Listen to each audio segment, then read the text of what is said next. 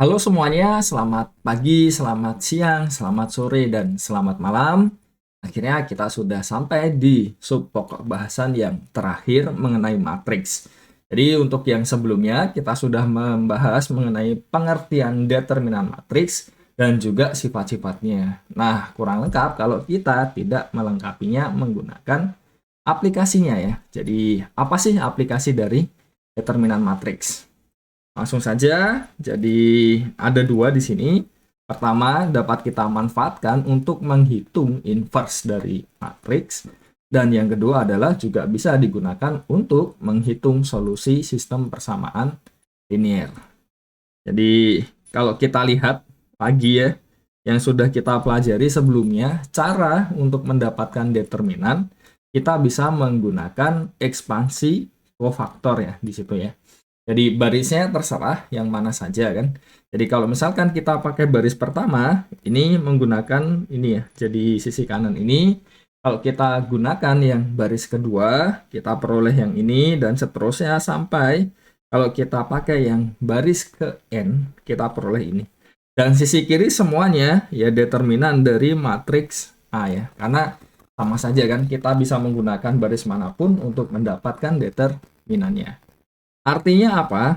Artinya adalah kalau kita lihat di sisi kiri, dia akan sama dengan determinan A dikalikan matriks identitas berukuran N kali N. Dia akan sama dengan A dikalikan A join A ya. Apa itu A join? Jadi kalau kita lihat ulang, A-nya ini seperti ini.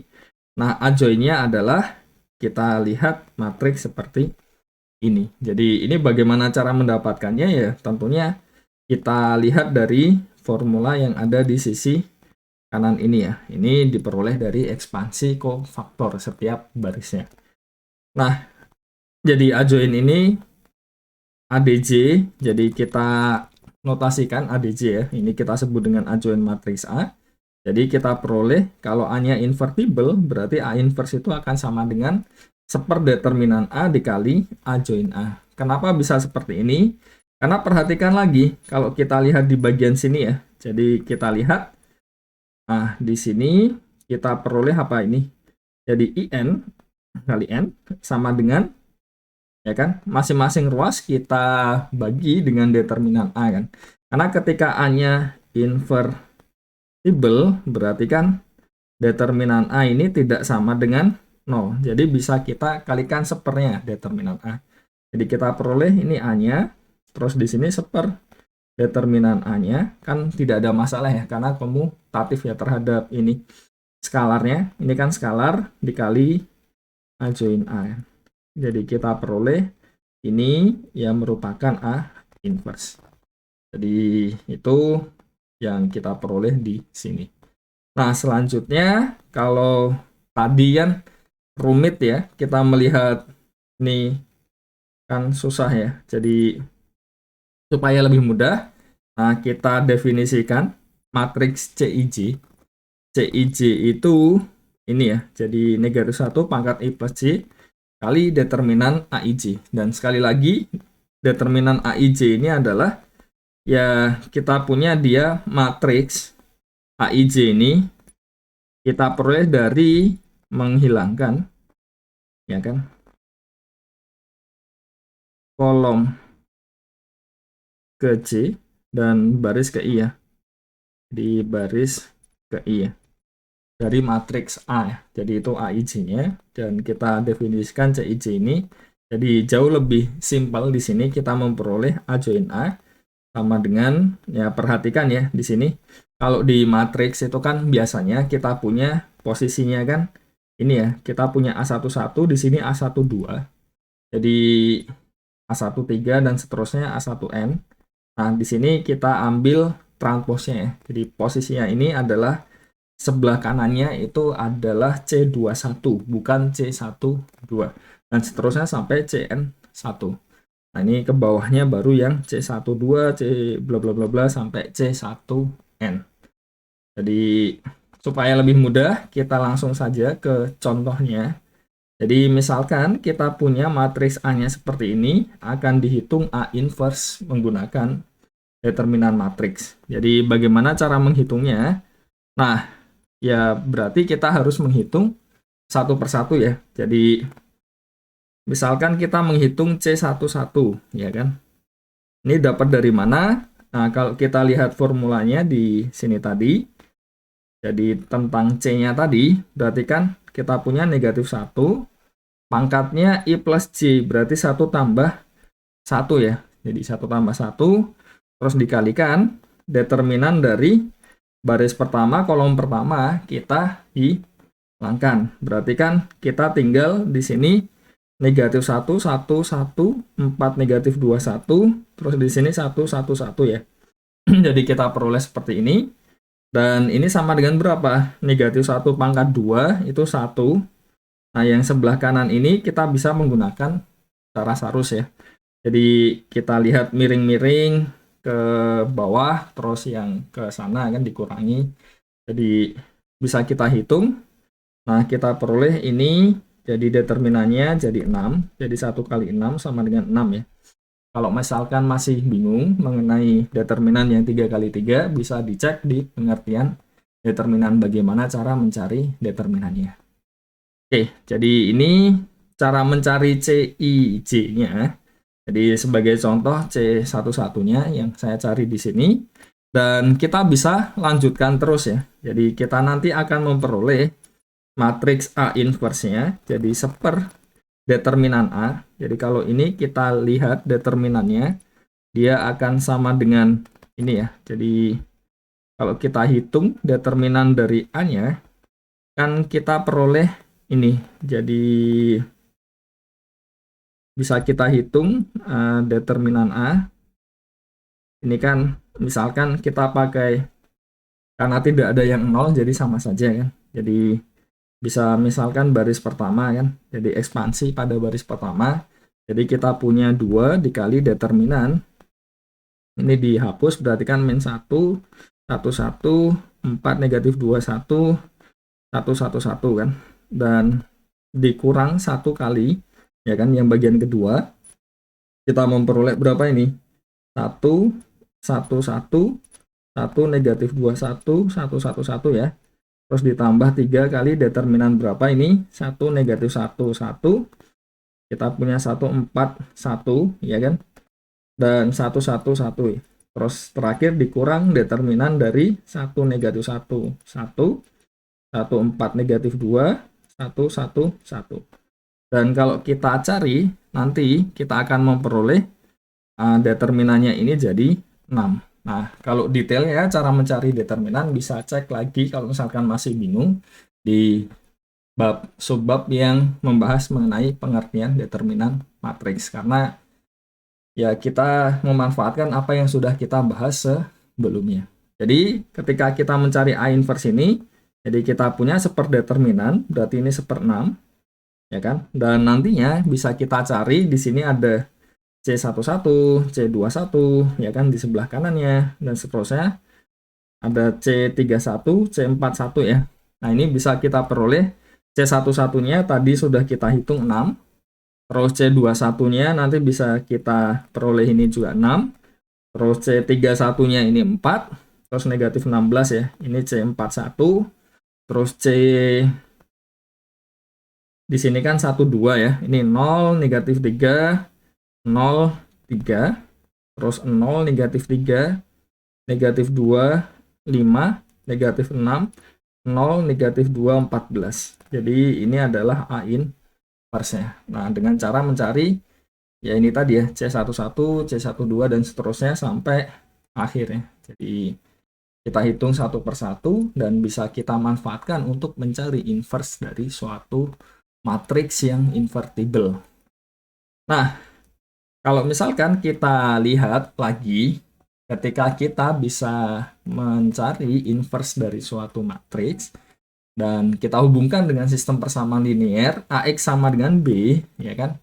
Jadi bisa kita gunakan apa? Untuk mencari solusi dari sistem persamaan linear tersebut. Jadi ini bagian keduanya ya, yang sudah kita bahaskan tadi. Pertama, cara mencari matriks inverse. Nah, sekarang idenya adalah yaitu tadi, ketika kita bisa dapat inverse-nya, Berarti kita bisa gunakan itu untuk mencari solusi SPL. Jadi di sini dan kita peroleh apa ini?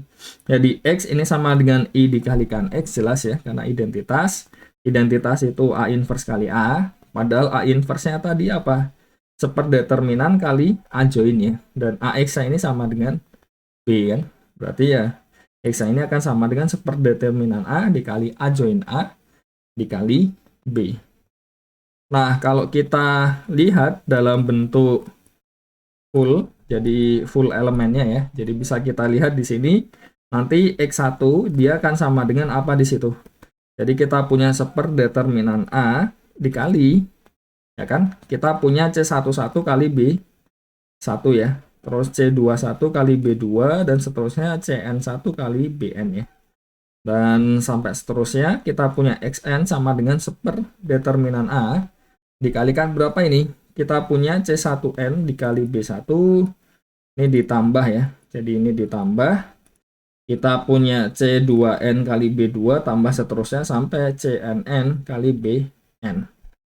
Dan ini kalau kita lihat jadi bentuk ini ya, yang sisi kanan ini kan ada polanya ya. Jadi kita punya pola tertentu di situ, yaitu ketika kita mendefinisikan delta.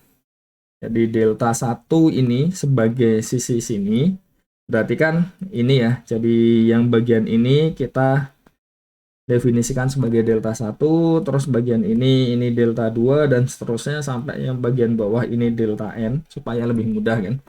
Dan bentuk dari delta ini ternyata, jadi delta I-nya adalah determinan dari matriks AI, di mana AI-nya adalah matriks yang diperoleh dengan mengganti kolom ke I dari matriks A dengan ya B ya. B-nya itu kan satu kolom ya tadi ya.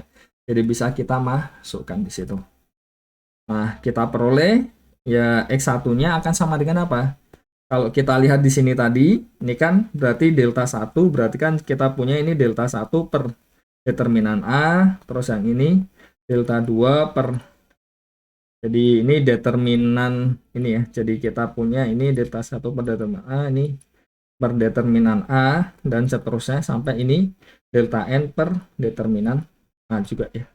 Jadi kita peroleh teorema ini. Dan ini kita kenal dengan aturan Cramer ya. Jadi ya mungkin sedikit baru karena kita kan punya ini ya. Jadi kita punya ukurannya di sini itu kan sembarang ya. Jadi tidak hanya yang 2 kali 2. Sebagai contoh, misalkan kita punya matriks A-nya ini, B-nya ini, akan dicari solusi dari SPL AX sama dengan B menggunakan aturan Cramer tadi. Jadi bagaimana cara mencarinya ya? Ya pertama kita cari apa? Determinan A-nya ya. Jadi determinan A-nya berapa ini? Sama seperti yang awal tadi, jadi tadi sudah kita bahas, ini matriks A-nya sama persis dengan yang awal, jadi ini sama dengan 6 determinannya. Terus kita cari delta 1-nya, delta 1 itu adalah kita ganti, ya kan, kolom pertamanya di sini menggunakan matriks B. Jadi kita cari di sini 7, 2, 4, 4. Terus kita punya di sini 1, negatif 1, 4, 1, 3, 1, negatif 2, 1, 1, 1, 1, 1 ya. Dan kalau kita cari nanti menggunakan ya ekspansi ya. Jadi bisa kita lihat ini akan sama dengan 6. Terus kalau kita lihat delta 2-nya, jadi yang kolom kedua yang kita ganti, jadi kolom pertama tetap. Kolom keduanya jadi 7, 2, 4, 4. Terus kita punya 31 negatif 21 dan kita punya 11 11 ya. Ini juga 6. Terus delta 3-nya ini yang mana? Jadi kolom ketiga kita ganti, kita punya 21 11. Jadi supaya lebih mudah kita tulis per kolom saja. 1 negatif 1 4 1. Terus kita punya 7 2 4 4 dan terakhir 1 1 1 1. Terus delta 4-nya dia sama dengan kita punya 2111, 1 negatif 141, 31 negatif 21, dan terakhir 7244 ya. Jadi menggunakan aturan Cramer kita punya apa ini? X1 sama dengan ya kita punya delta 1 per determinan A ya. Jadi kita punya 6/6 ini 1. S2-nya sama dengan kita punya delta 2 per determinan A kan. Jadi delta 2-nya 6/6 ini juga 1. Tiganya kita punya delta 3 per determinan A. Ini juga sama 6/6 1. Terakhir kita punya delta 4 per determinan A. Kita punya ini 6/6 juga sama dengan 1. Jadi kita bisa mencari solusi dari sistem persamaan linear ini tanpa menggunakan ya Gaussian elimination ya atau ya OBE lah. Jadi kita bisa langsung menggunakan determinan. Oke, jadi itu untuk penutup mengenai matriks. Jadi kita sudah bahas dari awal ya tentang pengertian matriks, motivasinya, kenapa kok kita mendefinisikan matriks seperti ini. Terus juga selanjutnya kita juga sudah membahas mengenai operasi yang ada di matriks, ada penjumlahan, terus ada transpos, ada perkalian kan. Jadi sudah cukup lengkap ya, dan sudah kita lengkapi juga tentang matriks inverse, determinan, terus sifat-sifatnya determinan, dan juga aplikasi dari determinan. Nah, semoga dengan adanya penjelasan seperti ini dibandingkan dengan membaca itu lebih jelas ya. Jadi ada tambahan di situ dan semoga dapat membantu. Jadi sekian saja untuk video ini. Terima kasih. Sampai jumpa di kesempatan berikutnya.